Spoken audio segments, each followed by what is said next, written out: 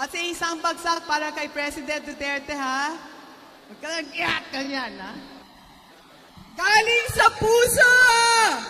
Isang sobrang malaking bagsak para kay President Duterte! Oya Mindanaw! Woo!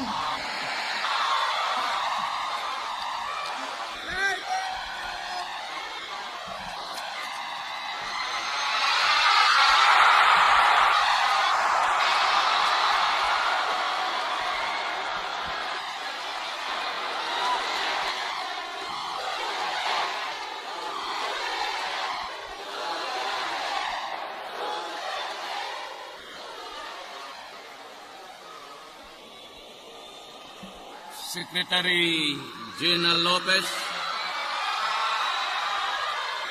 Secretary Emmanuel Piñol of the Department of Agriculture, the Presidential Spokesperson Ernesto Abella, Father Joel S.J., President of the Ateneo University, Archbishop Romulo Valles.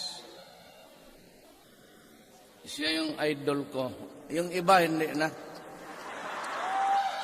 The other members of the clergy, the civil society organizations of the People's Organization, students and faculty members of the Ateneo, the Davao University, mga akong kapwa Pilipino, maayong hapon kaninyong tanan. You know, there's a yan crawler yan. Tapos dyan mo basahin. Kunwari akala mo yung Presidente Bright, sige ganon-ganon, ang husay magsalita, parang pumunta dito sa likod, nandyan yung speech.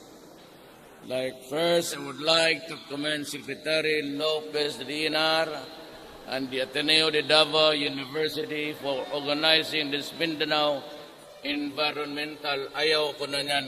Ay ko magbasa. Kagaya sa speech ko sa yung SONA, I got tired of just mas mabuti kasi ako pagka walang binabasa.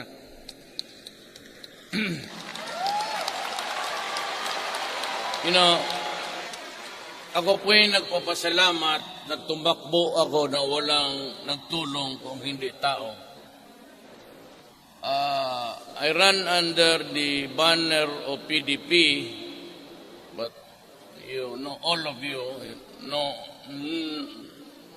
knows that it is a moribund party, political party, but it had its resuscitation last elections. Wala po akong pera at walang sumuporta sa akin ni isang governor, ni isang congressman except Carlo Nograles. Yung kaibigan ko yung tatay niya eh. Kaya no, the mother is related to me. Wala ko ako isang barangay captain sa anywhere. Kima Abra, sa Cebu, there was one, maybe because of his bond to the blood of a Visayan, si Cordova. But that was all there is to it. I only had 2 governors of the hundreds, and it was only Jaime Marcos of Ilocos del Norte, and yung isa, ayaw kong sabihin kasi kasintahan ko. Meron akong kasi. Sabi ni Bishop, basta wag lang masyado skandaloso, okay lang. Patago-tago. You know, the wealth of this country is owned by just a few guys. Hindi naman lahat mayaman na oligarchs. Meron yung they built their empire through the years. As for example, I'm not saying it because she's here. Gina, she's a billionaire, but look at the way she treats herself. She's a crusader, and she loves the country, and she hates oligarchs. Ako man,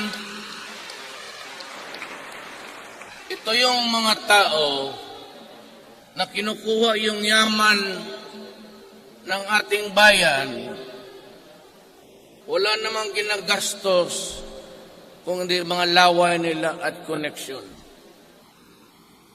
And they get most of the concessions, the franchises that is given freely through money, through influence, and sheer greed.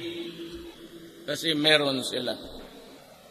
Ito yung nangyari sa Mindanao. And that is why the reason why I am so passionate about getting into a new setup. Kasi ho, the Imperial Manila controls everything because we are a unitary type of government. From Manila, lahat ng permit, except yung tindahan ninyo, to do business, lahat ng permit galing sa Manila or through delegated powers from the central government. And that is why itong mga malupa sa Mindanao and everywhere else, yung mga mina, napupunta yan sa mga oligarchs. Walang iba yang ginawa kung hindi mag-influence peddling. Nakilala ko ito si sekretary, akong bahala dyan. Pare, pwede ba to? Pwede ba yan? Malaki to, baka gusto mo, ate. And it's true all over the Philippines. That is why I am fighting a monster. I am just 2 months old there, but believe me, I will destroy their clutches sa ating bayan. Yung iba, pag ano, piligigan mo kagad ako, gusto ko na mag-uram. Yung iba, they destroy, for example, Tubay, Agusan del Norte. Pumunta ka doon, parang dinaro. Parang inararo yung bukid as if they're going to plant something there. Di mo alam, kalahati, desert na, kalahati, may mga tanim pa, kahoy. Magtataka kung sa malayo, anong itatanim? They are not into planting. They are into the open pit mining and destroy the soil along the way. Alam mo, yung iba naman butas. An island as fragile as Mindanao. Kung pagkabutasan mo ito at sisirain mo, there will never be a tomorrow for your children.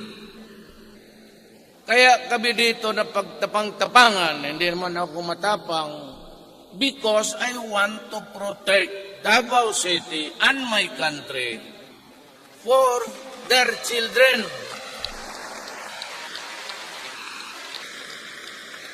Ako ay come close to early a mixed family. Ang nanay ko although she was really a Moro mother. She was, but she became a devout Catholic along the way. And she married a Chinese, yung gustong mangagaw sa ating Scarborough. Mga pinsan niya, mga tiyuhin ko sa itong mga gago na to.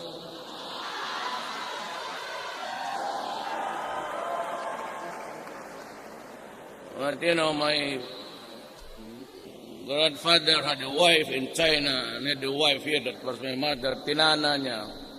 And she became just like any ordinary Visayan lady. But actually, she was a daughter of a Moro, Maranao.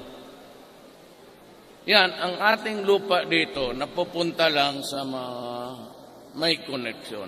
Ang problema nito, itong local officials, kasi sila ang huling baraha to give the environmental clearance for you to start. Kaya that is a source of corruption all over the country. Pagka mayor ang mag-issue ng permit, governor, pera yan. Sigurado yan. Kung hindi mapunta doon sa gobernador, ay niyang tangkapin, pupunta yan sa anak o mga pinsan. So it's really a corrupt society. It sucks, it stinks, but you just have to deal with it. Ako hindi ako nagyayabang. Pero kung siguro hindi ako naging presidente, I really would not know what will happen to this country. Nakakaawa eh. Then I won, came along Gina Lopez, and I was holding fort dyan sa Panakan for the time being that I was not as yet sworn to be president. So she came to me twice, and every time she would be there, she would open her laptop and say, President, total presidente ka na lang rin eh. Baka may magawa ka dito. And she would talk to me one time 2 hours, and the other time 2 hours and a half. Nung pangalawa sabi ko, it was not a sort of, pero if there is anybody as interested as Gina, sinabi ko sa kanya, Ma'am, ikaw na lang kaya ang mag-secretary of DNR. Sabi niya, ha? Sabi ko, totoo ka, Rudy? Sabi ko, yes. I would have been brought to get out there in front of so many people. Sabi niya, I'd like that to talk to my family. So the following night, she called my aide and said that her family gave the go signal. So as you are here, now, we are still starting, but we will go after mining na hindi sumusunod sa standard districts. I'm telling them that the best practices sa mining industry can be found in Canada and Australia. If you cannot follow that standard, I'm sorry. But yet again, maski not legal, we can only hold so much. Iilang butas yang kung bigyan mo lahat na may pera makapag-apply, it would be a wobbling island. Maraming tubig na hindi naman dapat yan. Well, there's water, but God created the planet just to, ito dito tubig, dito, well, rocks, dito soil. But sabihin mo legal, and you issue permits, and it would number to thousands. Whether it is legal or not, it will destroy the country. So, there has to be a limit. And along the way, if God grants me life for 6 years flat, we will realize the dream because ayaw ko na talaga After so much, no more. So ninyo, take advantage of our fertile soil. That is why I need to get a good reading. Kasi ho, pag hindi niyo pumayag rin kayong mga lumad, mga Moro, mga Kristiyanos dito sa Mindanao, ayaw ninyo ng change of government, federal for example, we will continue to be at the receiving end. You have to destroy the political setup. Otherwise, walang pahinga na. Kasi yung mga, lalo na yung mga maro na mayayaman, pati yung mga politiko, sabihin kagad, it's not viable. You know, are separated islands, 7,000 of them, and they will just create, ano mo yung mga ganon? You cannot see behind really what they mean. They mean that we should continue, tayong mga Kristiyanos, hang on to power and distribute the goodies para lang sa mga mayaman. So that is why itong mga oligarchy, they are resisting. Ayaw talaga nila. Because it would destroy the power vortex. Nandyan sa kanila lahat ngayon. Mabutit na lang ako, nanalo ako, wala akong utang na loob. Pati ako napatulala nung lumabas yung resulta ng eleksyon. God, I never, almost 15 million and the margin of 6 million sa lamang ko sa huwas. Until now, hindi ko talaga malaman. But what I'm sure of, it was the Filipino who voted me to power. And that power will remain with the Filipino. Huwag mong ibigay sa akin yan kasi ako, utusan mo lang. I am a worker of government. You will have the power. Mauna kayo. Lahat. Mining is a sunset industry almost during the years to come. Including logging. Lumber, wala na talaga. It's not sunset. It's not even sunset time. It's already too late. Kung ika nga, if there is 24 hours one day, logging is its on 25th hour. Tapos na yan. We cannot cut trees anymore. Yan ang tatrabahuin ko sa sections. Many will get mad. Many will get angry. Many would like to maintain the status quo. Kung nandyan na sila, they will power, maybe elective officials appointed, they would hang on to that. Kaya dahan-dahan kong sisirain yan. And open all opportunities to all Filipinos, irrespective tribe, race, religion. Dito sa Mindanao naintindihan natin yan. Kasi lumaki tayo dito, some mixed blood, kagaya ko. But you should understand na isa lang ang bayan natin. More than anything else, it's about time to reconfigure the worth of the nation amongst the citizens. Then I would like to, I've been criticized, I used to be, or I am the favorite whipping boy of the human rights people. Let me explain to you honestly, candid, truthful, I hate to kill a human being. I am not just up to it, actually. It pains me to see grief in anybody's heart. But when I became mayor, I had to do something because I became the mayor at the crossroads of our national life in the Philippines, including Davao. Nung ako, alam niyo ako sosyalista ako.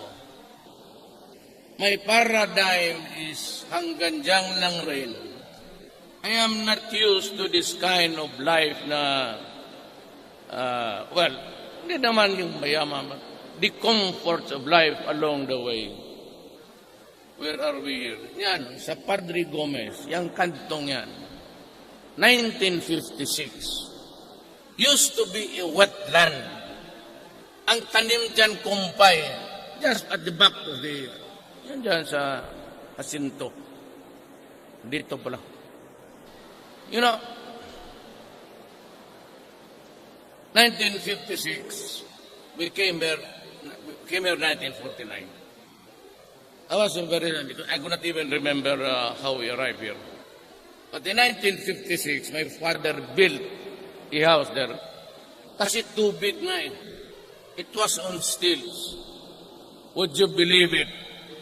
It was demolished because somebody owned the water and this. Kaya ho ako lumaki na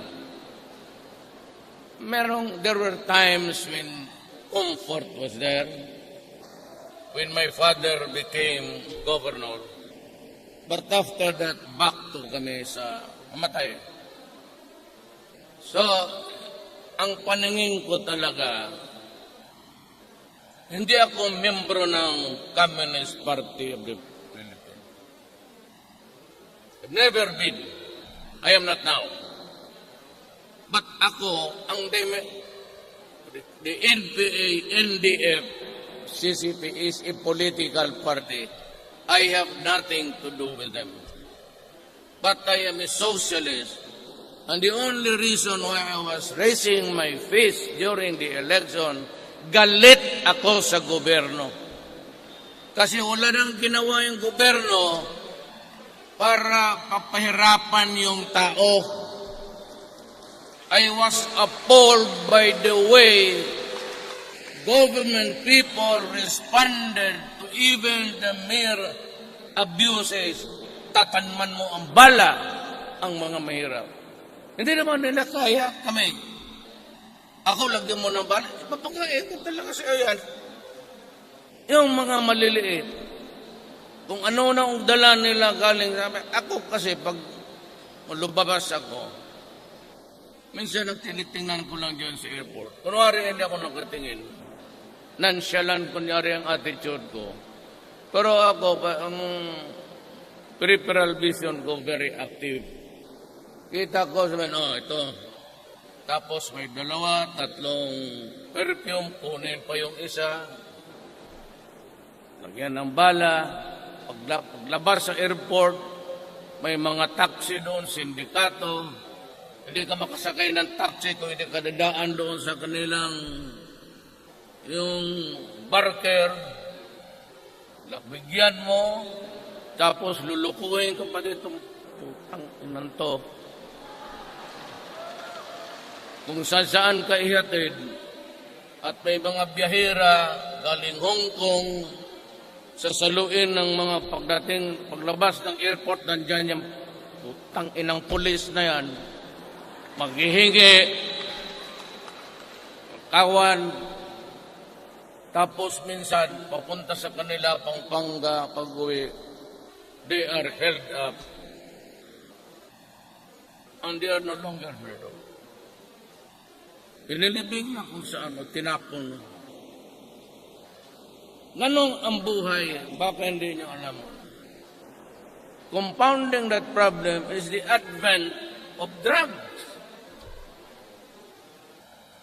Look, sabi ng forensics, because meth is being produced in America and Mexico now, nahirapan sila sa cocaine pati heroin because it is now interdicted militarily by the United States of America even. So yayariin talaga sila.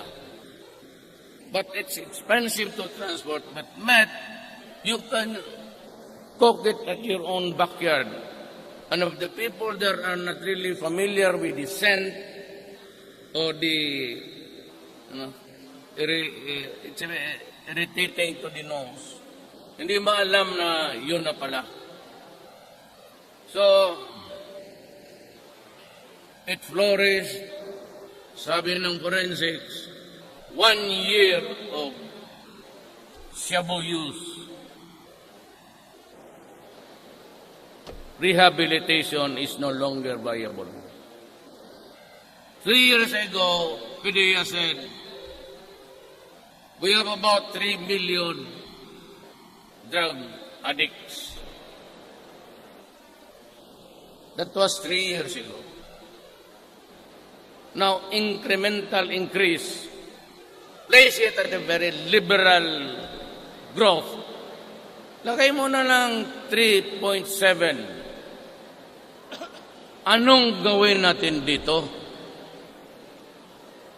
Sa addict na 3.7. Kasi kung pwede lang yung maging galigin ko Carne Norte, yan na lang ipakain ko sa kanila sa prisuan. At alam mo, we hold the distinction of foisting an image of a republic at saan ka nakakita ng bayan ng buong mundo na hinuli mo na nga dito sa labas. At sinasabi ko dyan sa mga pulis,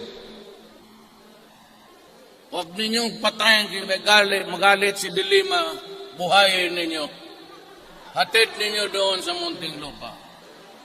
Pagdating sa munting lupa, ang mga tangina niya lang,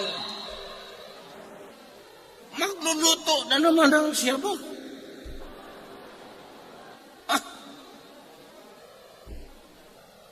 Para, we're a nation that's being slapped every day.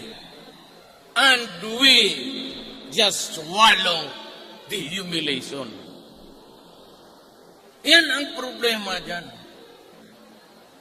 At isa pa dito, on the other end of the line of the ang ating 10 dash watt, 11 dash, meron diyang Abu Sayyaf na hinihiya naman tayong seasonal and the torture and the copy the ISIS practice of cruelty and brutality.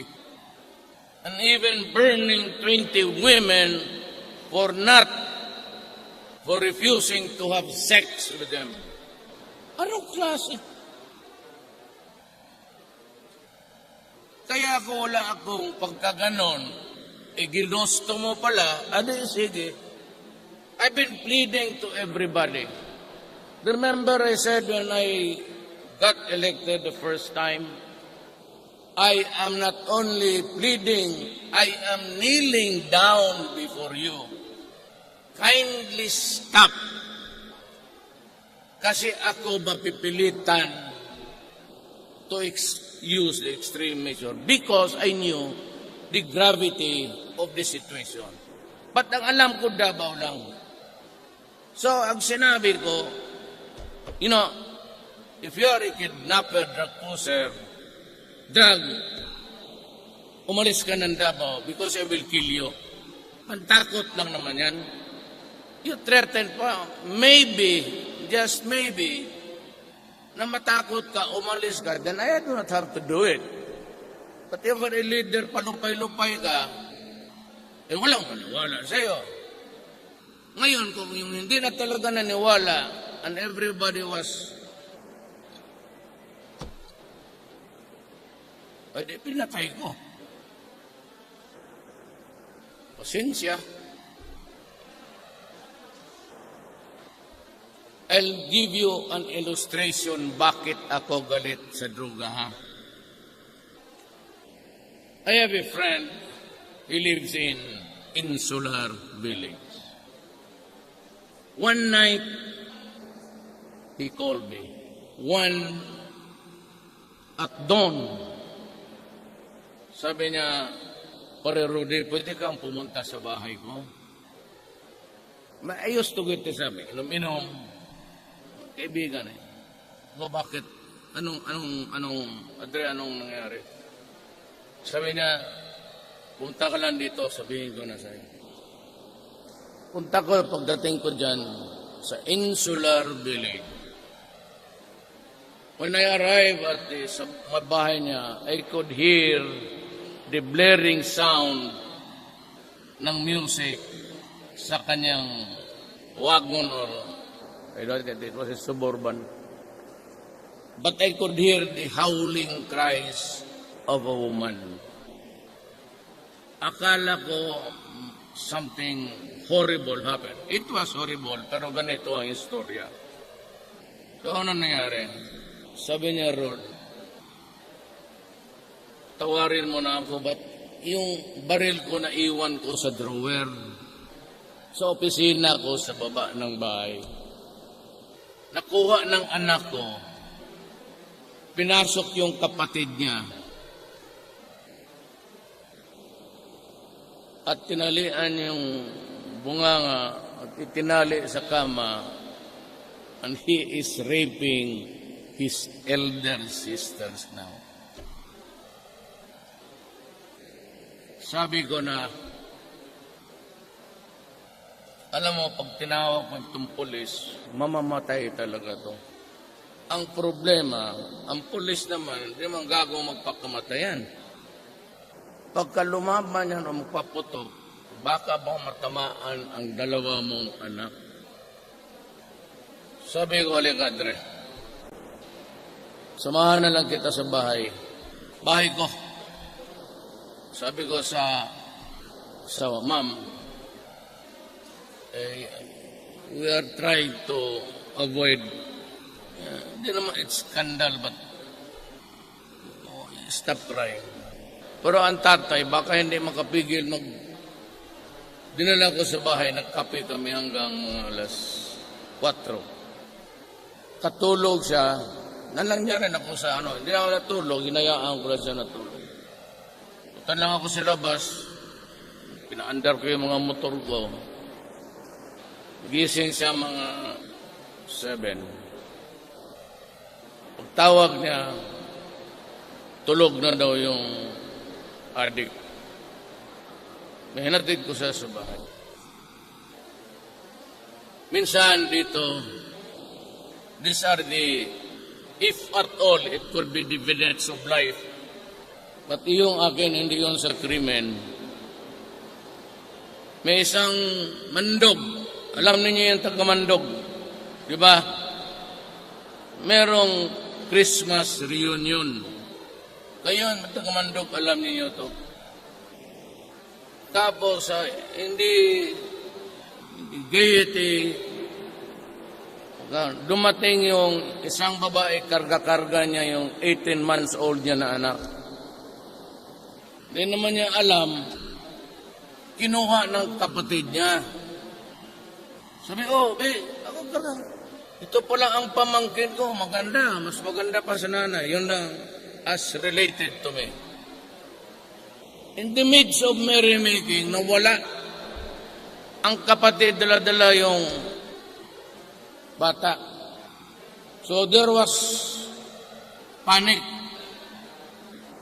About half a kilometer from the Mandog proper, doon sa kurbada ng river bend, doon nakita ang bata, bukas na ang abdominal cavity.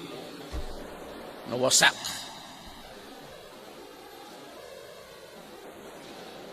Kaya, patawarin na po ninyo ako kung I am driven also to insanity. I cannot for the life of me accept that stupid ganon. So ito, it was not until after tayo medyo kontrolado. Do not say that there is no. We are very porous. Dagat pati ano. You cannot just stop anybody there. Tell them to undress before you because we are not a fascist state. So you have to give them the respect of a citizen. No, hindi ako maliit ako. Hindi ako na presidente. Hindi nyo malaman na ang lawak pala. Pati ako I was shocked. Nung inipin ko na lahat ang pulis, pati mga lumabas,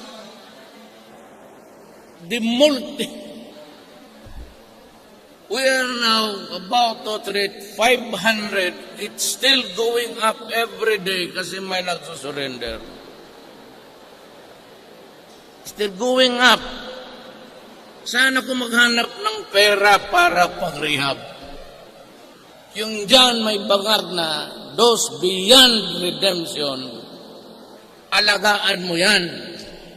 Kasi pag nirelease ko sa labas yan, mag-hold up na naman, magnakaw, akyat bahay, kung anong gawin, just to have their fix for the day.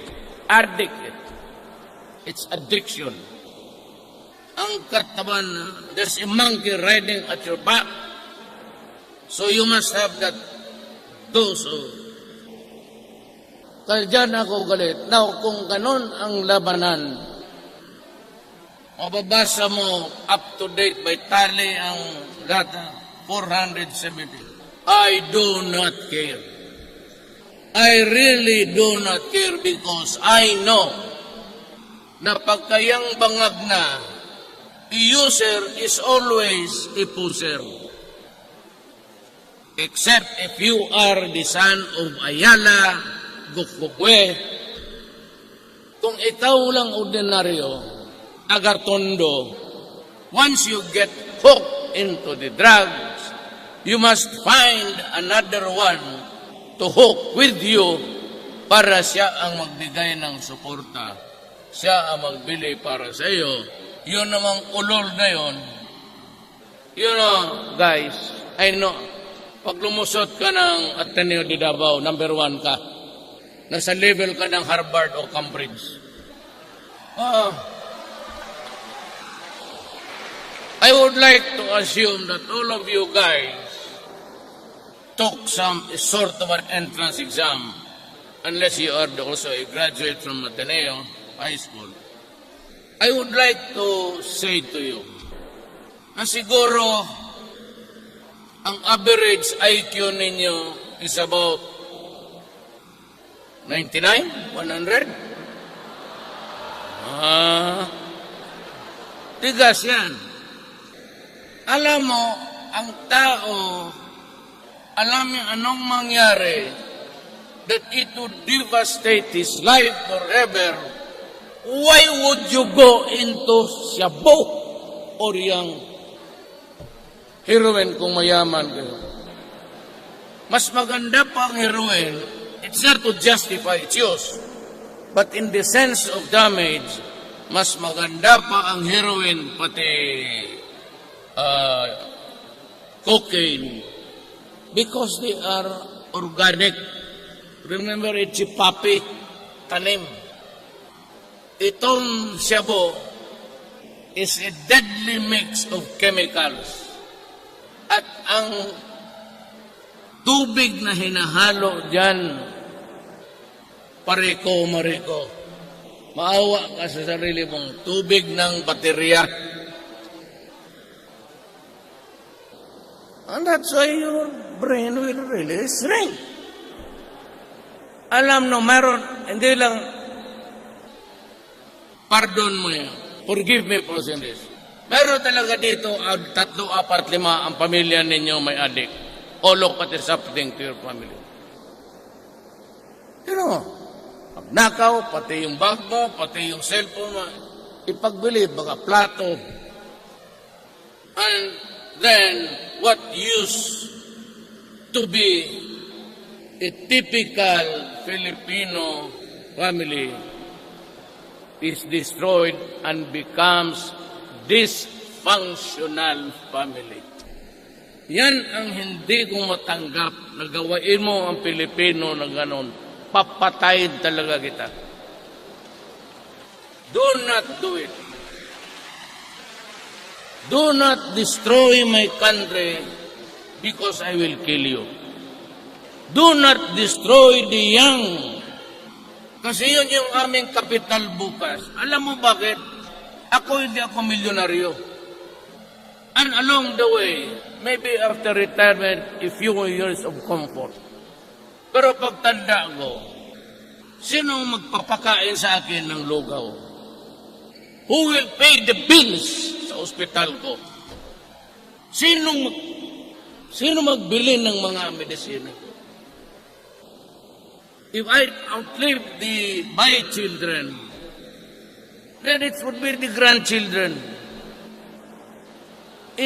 Kasi ikaw, ilagay mo ako sa alanganin.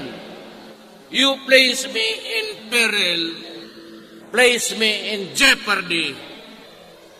At kung marami similarly situated kagaya ko, bagsak ang Pilipinas.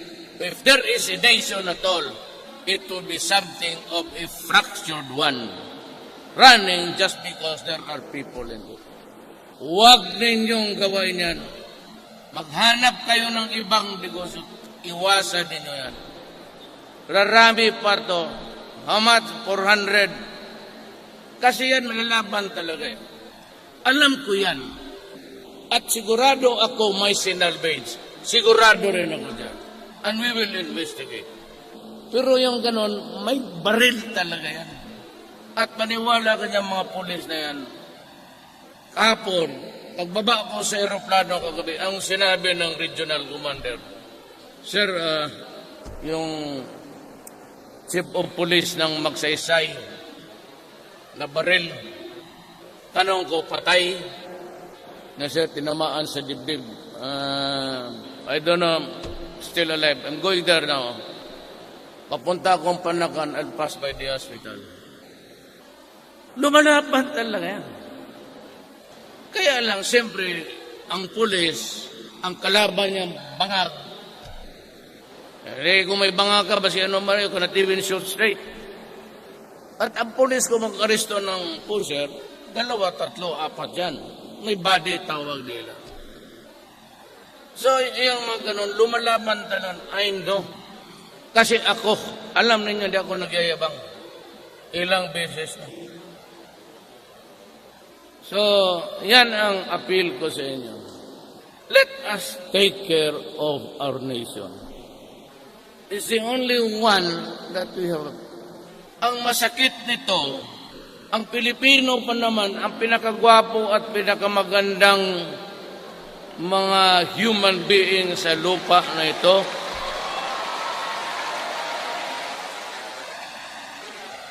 Pangit ba yung iba? Kung hindi pangit, yung gwapo pareho sa inyo, ang ugali, mga pangit, niya.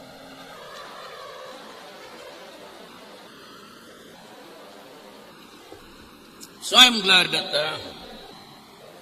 I had this time with you, and you can be assured that this country, unahin ko yung maliliit. That's what I told Secretary Gina and Secretary Piñol. Unahin ninyo yung, you guys have been to Manila, I'm sure, at one time or another. Kita ka maglipad ka dyan sa Laguna de Bay. Laguna de Bay, puro triangle na fish pens. Ang makita mong open spaces are the distances between one fence to the other. Wala na ang tagadong gutom na. Kasi wala na silang because general ng pulis, general ng army, mayor, gobernador, O yung mga hustler, yung marunong. Sabi ko sa kanila, dismantle all of those things and give back Laguna de Bay to the poor fishermen of that country. So here, wherever there is inequality, it will be resolved in favor of the poor as against the rich. Kasi ang mga rich, may pera yan. Putulin mo isang negosyo, marami pa sa bangko. It is inexhaustible. Hindi na ubos. Pero ang tao, pag walang medisina, walang pera, patay. I'd like to inform you that PAGCOR is earning something like 30 billion a year on the average. Yung pera na yan, bigay ko kay Ubial, it will be used solely for the medical attention and medicines of the poor. At kung may mahanap ako, itong Philippine Charity Sweepstakes, it is a corrupt agency. Yung mga pabinggo-binggo milyaryan, hawak ng yung loto pati wedding ginano nila. That is the racket. And you would notice, I've never appointed anybody there. I'm looking for a killer. Baka ikaw na siguro kaya mo. PCO chairman, barilin mo lahat. You have my blessing. I would like to give you a warning. Huwag ninyo, do not F with me.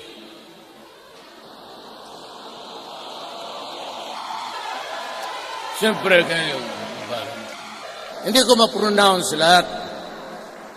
F lang pati C. Huwag ninyo ako, as president, I have the immunity from civil or criminal. Pag naasar ako sa iyo, tawagin kita, barilin kita dyan. Ano? Eh kung naka-presidente ka ng killer, diferensya niyan. At least, ang pastime ko, patay ng mga masamang tao. Hindi ko inuubos yung panahon ko sa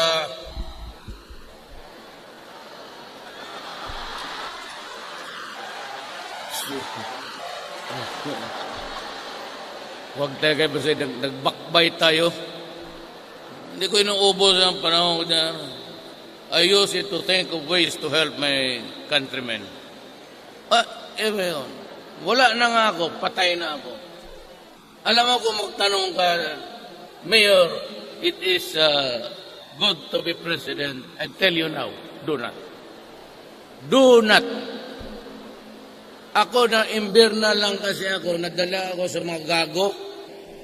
Takbo-takbo ka. And I was marveled.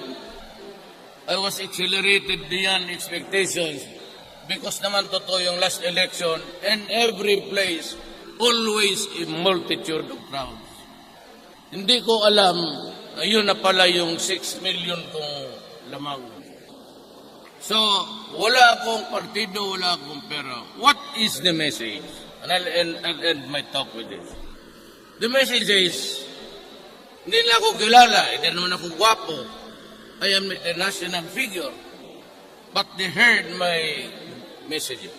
Ang messaging doon, korupsyon, drugs, criminality, and of course, yung talagang, yung gusto lang, guy who would simply work there, be content with his salary, maybe after 6 years, go down and die peacefully. Maraming salamat po.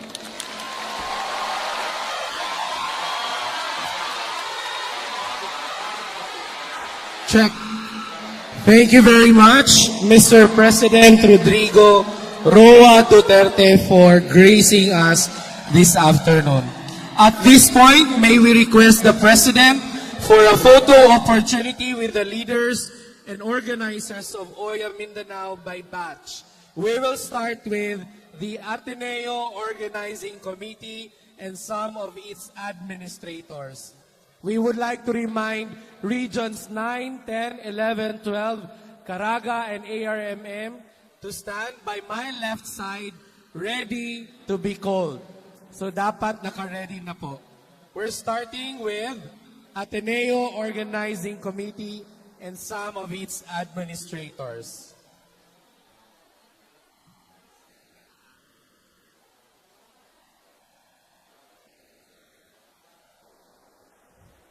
This will be followed by DNR officials. So may we request DNR officials to be ready as well. And then sunod-sunod na po per region.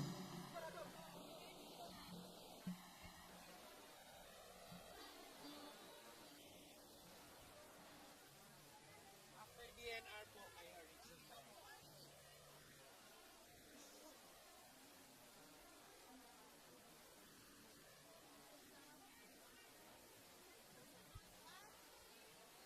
Okay.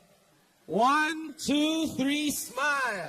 Thank you very much, Ateneo. May we call on DNR officials who are present? Let's call in the DNR officials. Exit po sa kabila, right side. DNR officials, the succeeding groups, may we remind you na ang exit point natin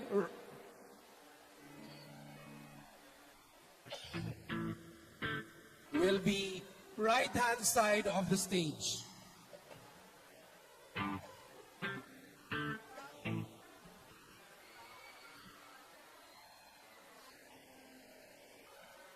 All DNR officials on stage.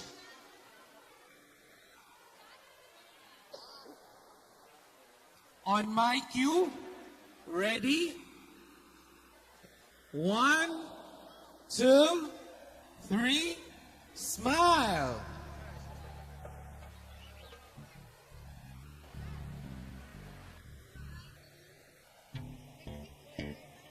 Okay, thank you very much, DNR. Please exit to your right. Please, wag na po muna tayong mag-selfie with the President. We already have our group photo. Exit to your right, please, DNR officials. Thank you very much. Now let's call in Region 9. Region 9 delegates.